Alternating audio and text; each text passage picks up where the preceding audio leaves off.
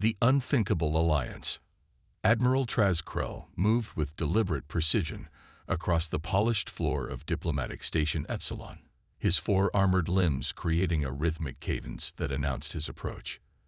The crystalline plating covering his exoskeleton gleamed under the station's ambient lighting, each refraction highlighting battle scars earned across 3 decades of interstellar conflict. Young diplomats and officers from a dozen species stepped aside as he passed, their expressions ranging from reverence to barely concealed fear. Krell had earned his reputation as the most formidable fleet commander in the Galactic Confederation. 37 major victories, 14 successful defensive campaigns, the architect of the legendary Sorin maneuver that had broken the siege of Proxima Centauri. But beneath the accolades and medals adorning his carapace lurked memories that kept him awake during sleep cycles, memories of a species that had changed everything. The diplomatic reception hall hummed with the murmured conversations of representatives from across known space. Krell's sensory ridges detected the electromagnetic signatures of at least 20 different species. The Confederation's grand experiment in unity continued, despite the war that had nearly torn it apart a decade earlier. "Admiral Krell," came a voice from behind him, the universal translator barely managing to convey the proper honorifics.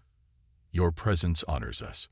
Krell turned, his upper eye stalks rotating to focus on Ambassador Xental, the Arcturian diplomat who had organized this gathering.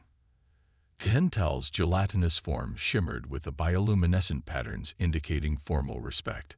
"The honor is mine, Ambassador," Krell responded, the translation membranes beneath his speaking vents vibrating to produce sounds intelligible to the translator. "Though I confess I am uncertain why my presence was specifically requested." Xental's inner lights flickered in a pattern suggesting discomfort. "There are representatives here seeking diplomatic discourse who specifically asked for your attendance." Krell's forward sensory ridge stiffened. "Representatives of what species?" "Humans." The word hung in the recycled air between them. Krell's secondary hearts accelerated their rhythm involuntarily. "I see," he said finally. "Direct me to them." The ambassador led Krell through clusters of delegates toward a quieter section of the reception hall. There, standing near a viewport that framed the spectacular rings of the gas giant below, was a human. She was tall for her species, though still nearly a meter shorter than Krell. Her skin was a rich brown, her hair, that strange keratin filament covering many humans possessed, was pulled back in a tight configuration. She wore the dark blue uniform of the United Earth Fleet, adorned with the insignia of a captain. "Admiral Krell," Xental began, "may I present Captain Maya Rodriguez of the United Earth Fleet." The human turned, and Krell felt his carapace tighten. Those eyes, so simple compared to his compound vision organs, yet somehow capable of conveying complex emotions that even the most sophisticated translator algorithms struggle to interpret. "Admiral," she said, inclining her head slightly, "your reputation precedes you." "As does yours, Captain Rodriguez," Krell replied, surprising himself with the admission. The defense of New Mars was impressive. A slight movement at the corner of her lips, what humans called a smile, though this one didn't reach her eyes. High praise from the Butcher of Orion. Krell's breathing vents constricted at the epithet, a name given by your propaganda ministry during the conflict. "A name earned in battle," she countered without rancor. "Just as I earned mine." Ambassador Xental's bioluminescence pulsed with anxiety.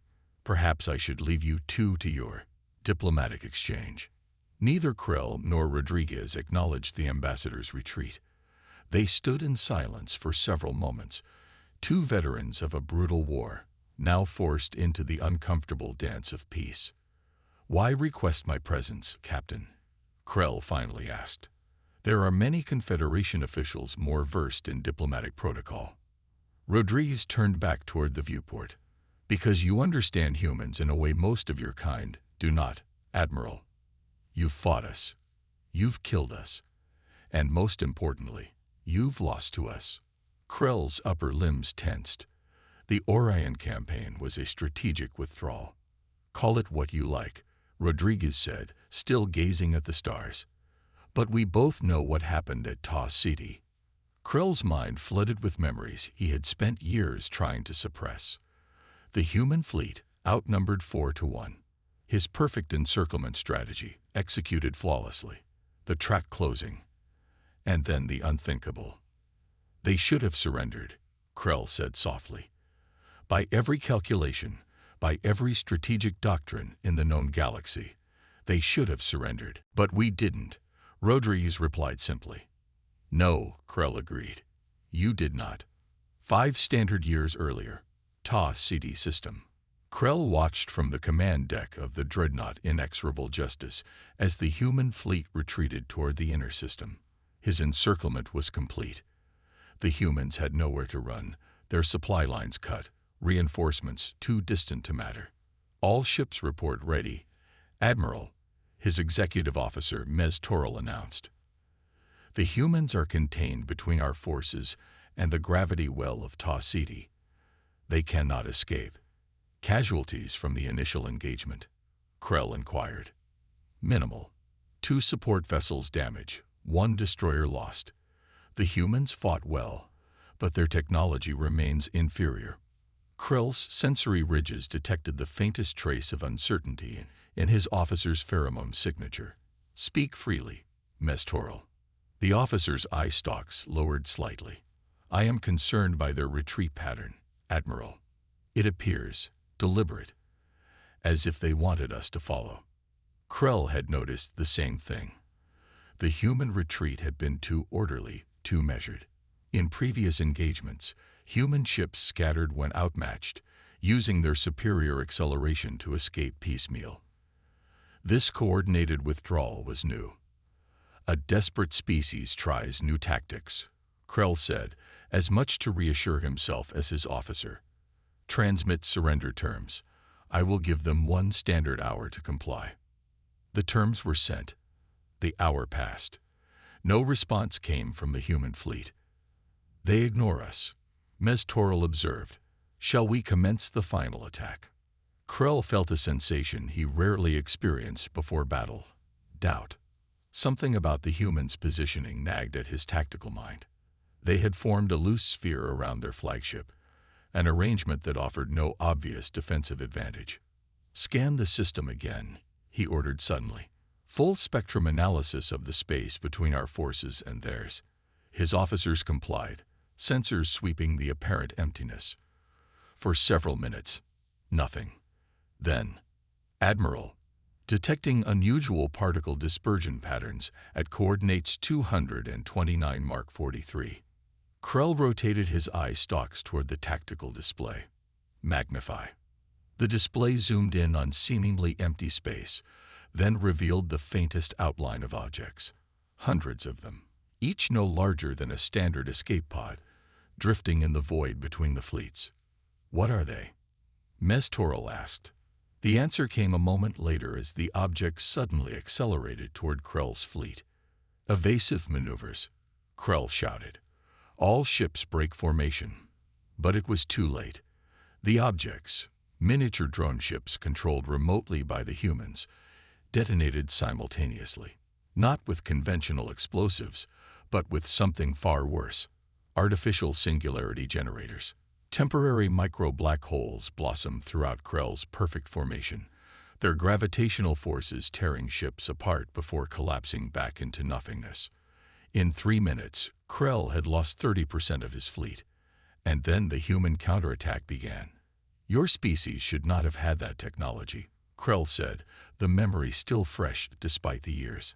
Our intelligence indicated you were at least a decade away from stable artificial singularity generation. Rodriguez shrugged. We're quick learners. You're reckless, Krell countered. Do you know how close those weapons came to creating a cascading space-time rupture? You could have destroyed the entire system. But we didn't, Rodriguez said. And we won. Krell's breathing vents expanded in a gesture equivalent to a sigh. And now you've requested my presence at a diplomatic function. Forgive me, Captain, but this seems an elaborate setup for reminiscing about old battles. Rodriguez's expression hardened. I'm not here to reminisce, Admiral. I'm here because something is coming. Something worse than our war ever was. And I need someone who understands how humans fight. Krell's sensory ridges detected no deception from the human. Explain. Rodriguez activated a small holographic projector, displaying a star chart of a region just beyond Confederation space. For the past 8 months, deep space monitoring outposts have been going dark along this trajectory. Krell studied the pattern with growing concern. This suggests a systematic advance. Yes, Rodriguez confirmed. At first we thought it might be a natural phenomenon or equipment failure. Then we sent reconnaissance ships. She tapped the projector, and the image shifted to show the wreckage of a vessel. This was the UES Pathfinder, one of our most advanced scout ships. Krell's eye stalks focused on the image. The ship had been torn apart, not by weapons fire but by something more primal. The hull plating appeared to have been dissolved. 4 days ago, Rodriguez continued, we managed to retrieve a partial sensor log from a beacon ejected before the Pathfinder was destroyed. She activated another recording. The hologram showed a massive shape moving through the darkness of space, not a ship as Krell understood them, but something more organic. A vast, undulating form that seemed to be composed of interlocking segments, each the size of a cruiser. What is it? Krell asked, unable to keep the unease from his voice. We don't know, Rodriguez admitted, but we've detected a fleet of them, on a direct course for both human and Confederation space. Their estimated arrival time at the nearest inhabited systems is 42 days. Krell processed this information with growing alarm. Why bring this to me?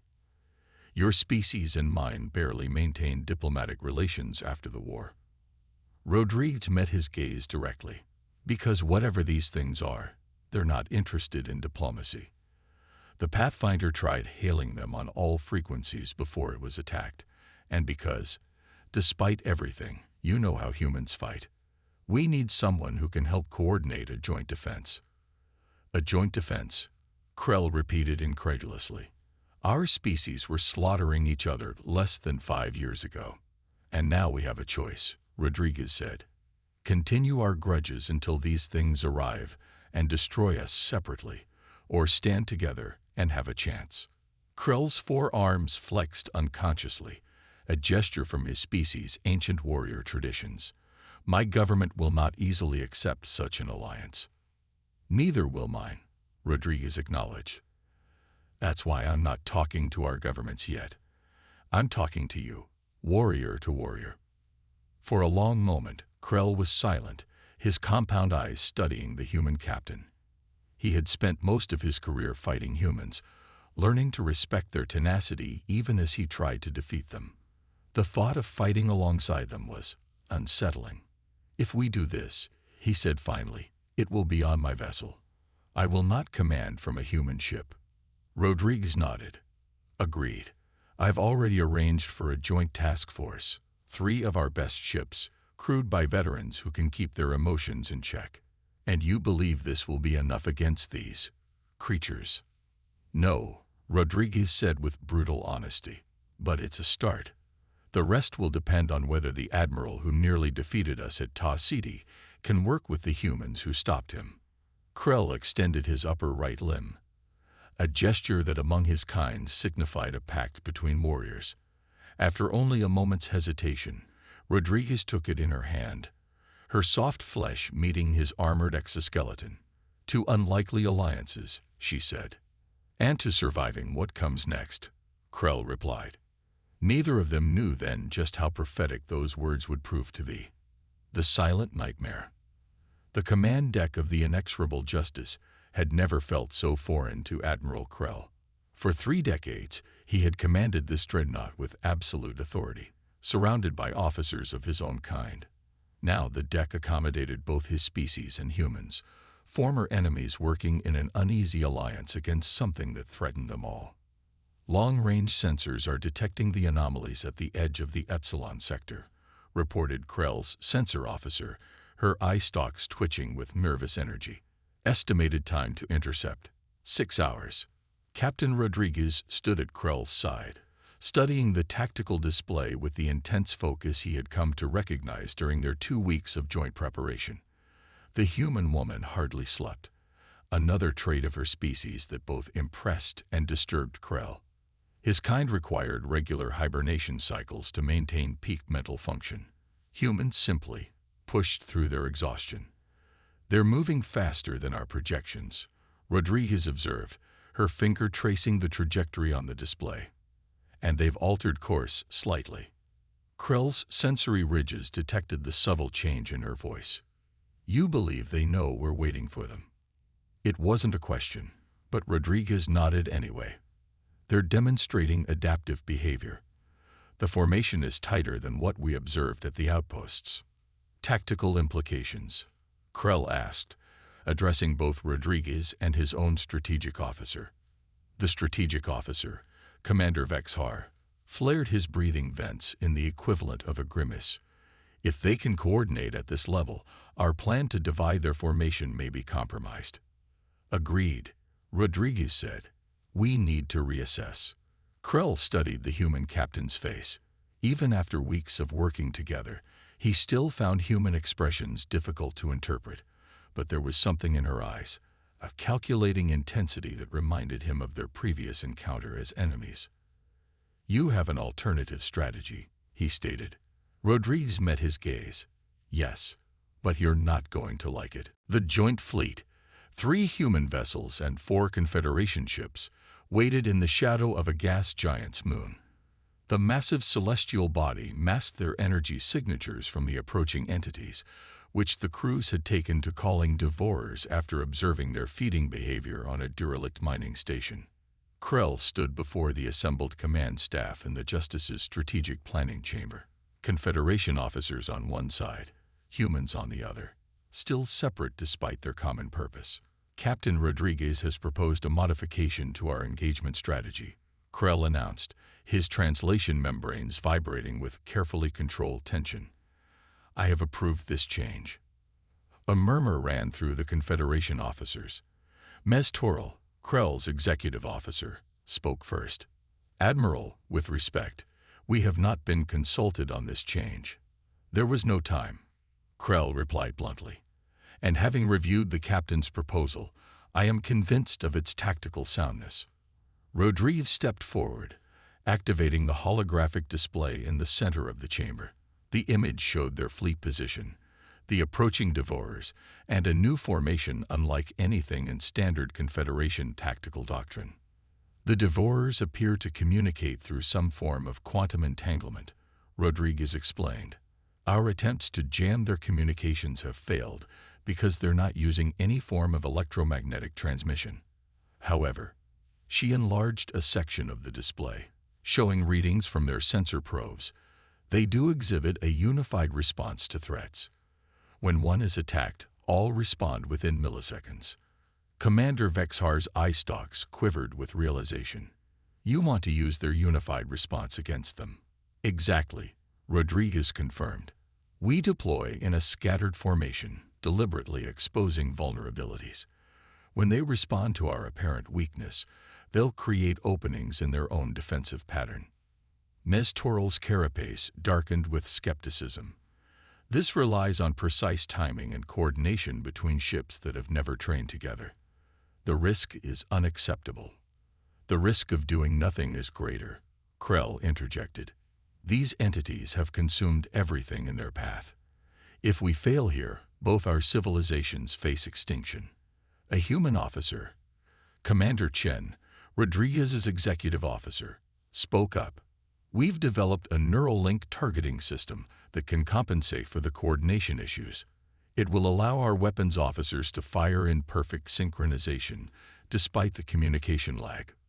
"Neuralink?" Vexhar questioned.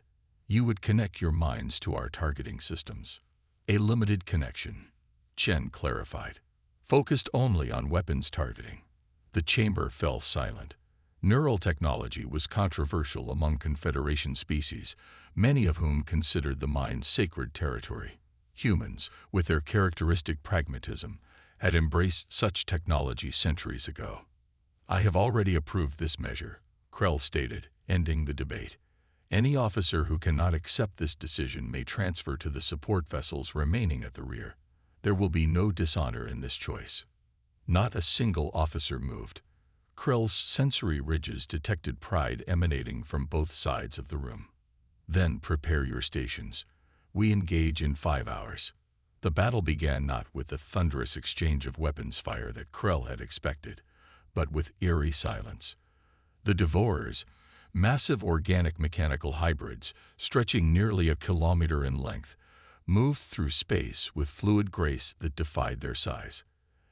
As they approached the gas giant, the joint fleet remained hidden, waiting for the precise moment to spring their trap. Krell stood on his command platform, Rodriguez beside him. Around them, human and Confederation officers worked in tense harmony, their previous enmity forgotten in the face of this existential threat. "Lead elements approaching optimal engagement range," reported the sensor officer. Krell glanced at Rodriguez. The human captain's face was serene, betraying none of the tension that must be coursing through her. "Begin the sequence," he ordered. The plan unfolded with mechanical precision. First, a single human vessel, the Defiant, broke from cover, appearing vulnerable and isolated. Its engines flared as it executed what appeared to be a failed evasive maneuver, exposing its flank to the approaching Devourers. The reaction was immediate. 3 of the massive entities altered course, converging on the apparently crippled vessel. "They're taking the bait," Rodriguez murmured. "Targeting links active." Throughout the fleet, weapons officers, human and Confederation alike, felt the neural interface activate. Their individual consciousness melded into a unified targeting network, allowing them to perceive and respond as one despite being separated by thousands of kilometers. The Defiant continued its feigned retreat, drawing the Devourers further from their formation. When they were fully committed to the pursuit, Krell gave the order. "Execute pattern sundering."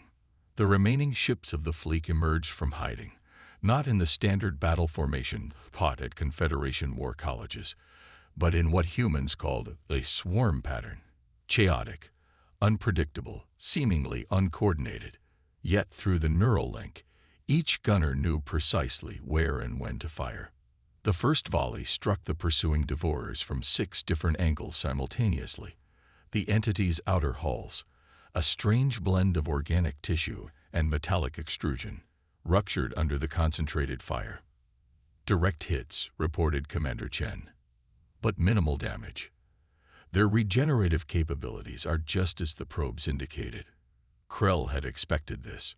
Proceed to Phase 2. The fleet's formation shifted again, vessels pairing off in an intricate dance that kept them just beyond the Devourers' reaching appendages. Each pair targeted a single entity, focusing fire on the same spot to overwhelm its regenerative abilities. For 20 minutes, the battle continued in this pattern, the joint fleet harrying the Devourers, preventing them from forming a cohesive response.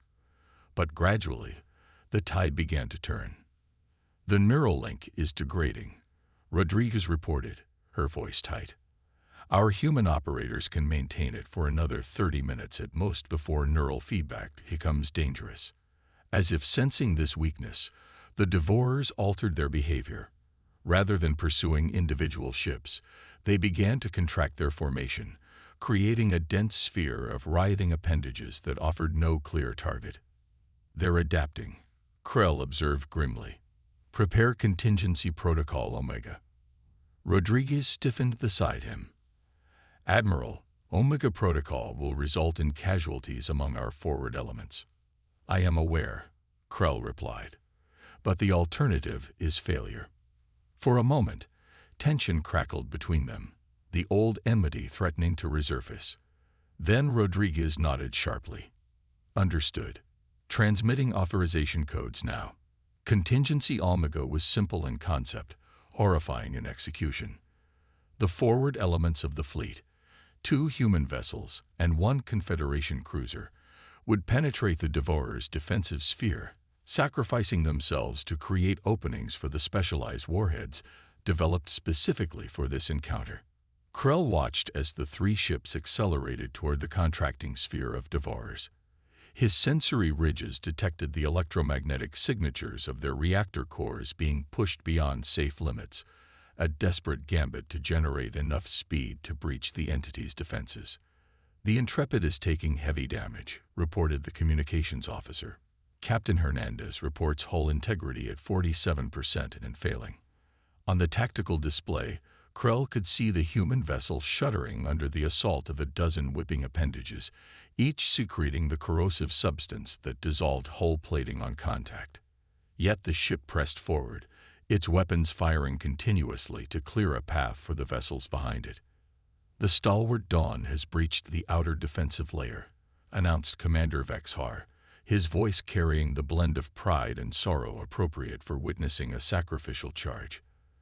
The Confederation cruiser was now completely surrounded by Devours, its shields failing as it fought to maintain position. Krell felt Rodriguez's eyes on him. When he turned to meet her gaze, he saw not accusation but understanding. This was the cost of command, sending good soldiers to their deaths for the greater survival of all. "The Intrepid has reached optimal deployment range," the tactical officer reported. "Captain Hernandez is initiating final sequence." On the main view screen, Krell watched as the human vessel's reactor containment failed, not by accident, but by deliberate design. The resulting explosion tore through the nearest Devours, creating a momentary gap in their defense. In that same instant, the stalwart Dawn launched its payload of specialized warheads before succumbing to a similar fate. "Warheads away," confirmed the weapons officer. "Tracking. Impact in 5 seconds." The specialized weapons, designed jointly by human and Confederation scientists, contained a synthetic enzyme engineered to break down the Devour's unique cellular structure. As they detonated within the heart of the enemy formation, clouds of microscopic delivery vehicles dispersed, attaching to the entity's hulls. For several moments, nothing seemed to happen. Then, gradually, the Devours began to convulse. Their coordinated movements became erratic, their massive forms twisting in what could only be described as agony. "The enzyme is working," Rodriguez said quietly. "Their cellular cohesion is failing." Krell watched as the massive entities that had threatened both their civilizations began to disintegrate from within. The victory should have felt triumphant.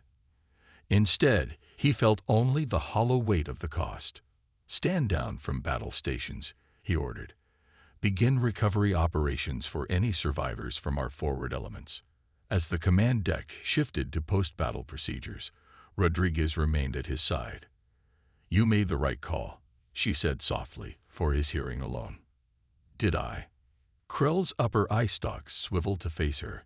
342 lives, both human and Confederation, were lost today. "And billions were saved," Rodriguez countered. "This is the burden we carry as commanders." Krell's breathing vents expanded in a long, slow exhale, a burden your species seems particularly adapted to bear. Rodriguez's expression held no pride, only a deep, ancient weariness. "We've had more practice than most. Human history is written in blood and sacrifice, as is the history of all species," Krell observed. "Perhaps," Rodriguez acknowledged. "But humans emerged from a particularly brutal evolutionary path. We were prey before we were predators. We learned to fight not for conquest, but for survival." Krell considered this. "And that makes all the difference." "It does," Rodriguez agreed. "When a species fights for conquest, it can afford to calculate acceptable losses, to retreat when the cost becomes too high. But when a species fights for survival, they never stop," Krell finished. "As we witnessed at Ta City." Rodriguez nodded. "And as the Devours witnessed today." 10 years later, Confederation Military Academy, Rigel Prime. Admiral Krell stood before a class of young officer candidates, his once gleaming carapace now dulled with age, the battle scars more pronounced. The lecture hall contained students from 12 Confederation species, all studying the art of interstellar warfare under the tutelage of the legendary commander. Today, Krell announced, his translation membranes producing the crisp tones expected of an academy instructor, we will discuss the most important lesson I learned in my 60 years of service. The students straightened in their seats, eye stalks and sensory appendages focused intently on the revered admiral. You have studied the tactical brilliance of the Archelian defense, the strategic genius of the Proxima Centauri counteroffensive, Krell continued. But none of these compare to what I learned from our one-time enemies, and now our most valuable allies, humans. A murmur ran through the class. Even a decade after the alliance that had saved both civilizations, many Confederation species still viewed humans with a mixture of fear and suspicion. Humans, Krell said, his voice softening with something approaching fondness, are unlike any species we have encountered. They lack our natural advantages, our armored carapaces, our redundant organ systems, our extended lifespans. By every biological measure, they should be inferior combatants. He paused, his eye stalks scanning the room. Yet in every conflict, they have proven the fallacy of such assumptions. Do you know why? A young Verkelian officer raised an appendage. Superior technology, Admiral. No, Krell replied. During our war with Earth, our technology was demonstrably superior in most areas. Another student, a Zentari with promising tactical scores, offered an answer. Numerical advantage. Again, no. We outnumbered human forces in nearly every significant engagement. The lecture hall fell silent as the students contemplated the question. Finally, a small voice spoke from the back row. A Tyrellian cadet, her crystalline exoskeleton still bearing the translucent hue of youth. They refused to accept defeat, Admiral. Krell's sensory ridges vibrated with approval. Precisely, cadet. Humans possess something that cannot be measured by our standard metrics, an absolute refusal to surrender when their survival is at stake. They will absorb casualties that would break the morale of any Confederation force. They will employ tactics that seem suicidal until the moment they succeed. They will sacrifice themselves without hesitation if it means their species endures.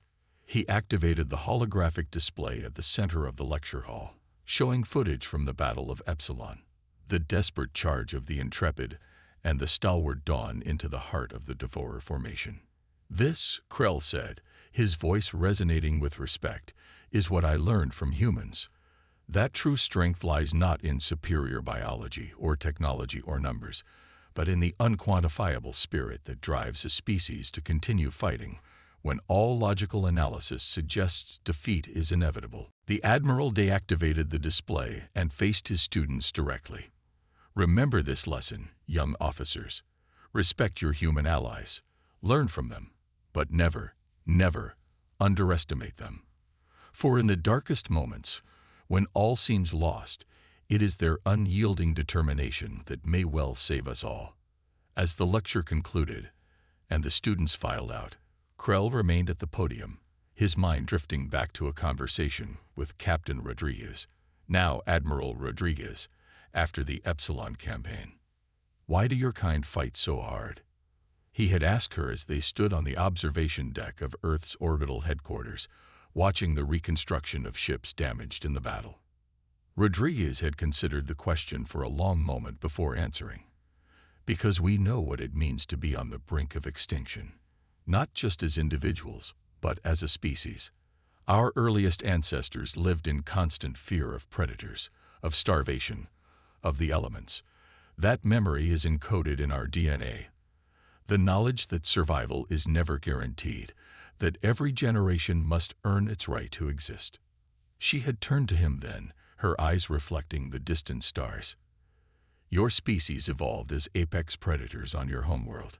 You never knew existential fear until you met us. We've been living with it since we first looked up at the stars and wondered what horrors might be looking back. Krell had understood then what made humans both so terrifying and so valuable as allies. They were shaped by fear, not crippled by it, but transformed into something that refused to yield even when logic and instinct demanded surrender.